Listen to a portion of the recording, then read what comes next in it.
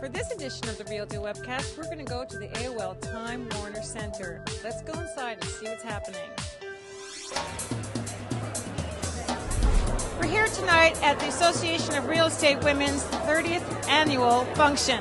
It's a great celebration. We have some of the best and the brightest people here. And what do they have to tell us here today? They're going to tell us how they deal with the credit crunch. They're going to tell us how it's affecting their developments. And they're going to tell us even more things that we don't expect. Tonight, they will be giving awards out to 3 very prestigious firms. Among them, Bruce Ratner's Forest City Ratner Company, and that award will be given to Joanne Mineri. Then also Ken Swig from Swig Equities, LLC will be receiving an award. And third, Richard Mack from Apollo Real Estate will be receiving an award. Let's get in with the festivities. Now, we're here to celebrate tonight, but in some ways the economy maybe is not something that we're celebrating, but do you feel that there has been some optimism coming from Wall Street? I think Wall Street is trying to find itself right now, but I think New York real estate is still extraordinarily strong. So if we were doing this in Miami, I think it wouldn't be a celebration, but in New York City right now, the market is really strong. It's the banking industry that's taking its licks at the moment.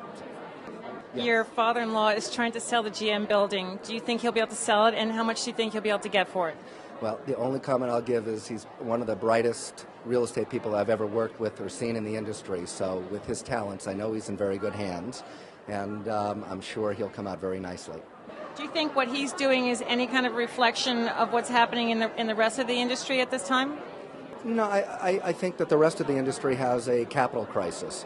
So I think it's impacting everybody. Perhaps him a little bit larger only because he owns more. Now tell us a little bit about Sheffield 57. We noticed that there were a few apartments left. How are things going there? Well, that is going well. We're about 50% sold.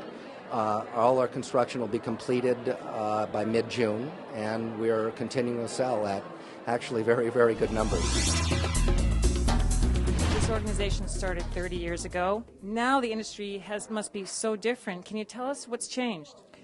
Well, I think what's changed in the commercial sector is that there are many more women involved in real estate at a very high level, not only a corporate level and attorneys, but very, very high-level brokers. Now, some of the big stores, especially out Midwest and in other parts of the country, are now complaining that they're not having any sales. How do you see the most recent downturn and also, the future for middle and luxury market retail in New York? Well, I think that the middle market has been dramatically affected. And I think the sales numbers today were very encouraging, better than we've seen in the last few months. I think that the retailers have to follow some of the big box retailers or the discounters. Luxury and affordable retail have to be more promotional minded. And I think we saw that just this week with the very big sales at Barney's and Bloomingdale's and the turnout. So tell us a little bit about why you started this organization. When I first started in real estate, in commercial real estate in 1974, there were very few women in the field, and found myself in a sea of men. I discovered over the next few years that there were other women in the industry, and we were all isolated from each other.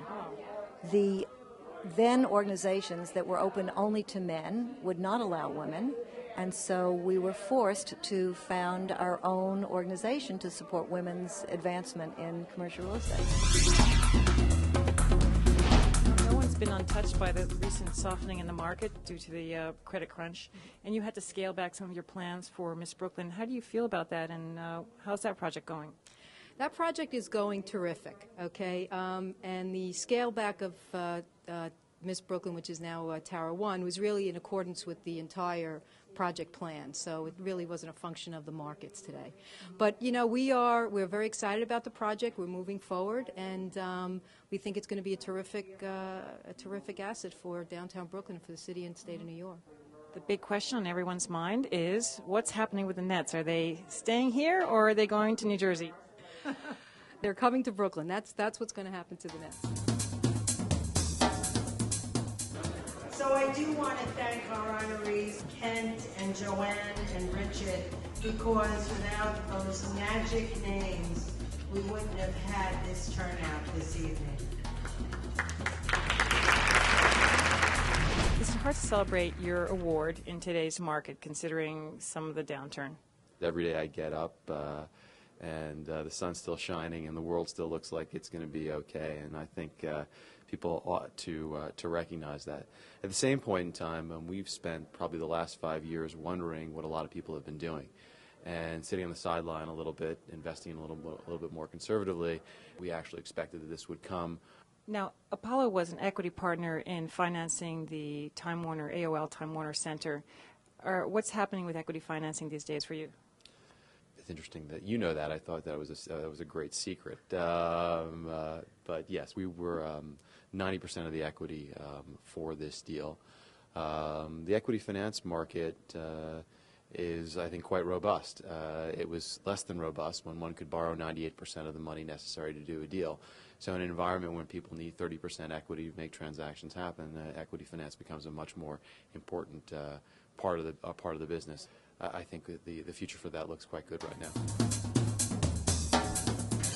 You know what happens, like with old Hollywood starlets, they keep bringing you out. We did the 15th, we did the 20th, we did the 25th, and as I said to our founder and honorary chair tonight, this is it for me, the 30th. This is it. They're not going to be wheeling me in with plastic surgery. I know you have a lot of clients like Vornado and Swig Equities. Has your workload changed a lot in the last 6 to 8 months? You know, we're like the canary in the mine because we see projects 3 years before they really come online. We're still very busy. The projects are changing a little bit. People are being a little bit more careful. As everybody knows, financing is an issue.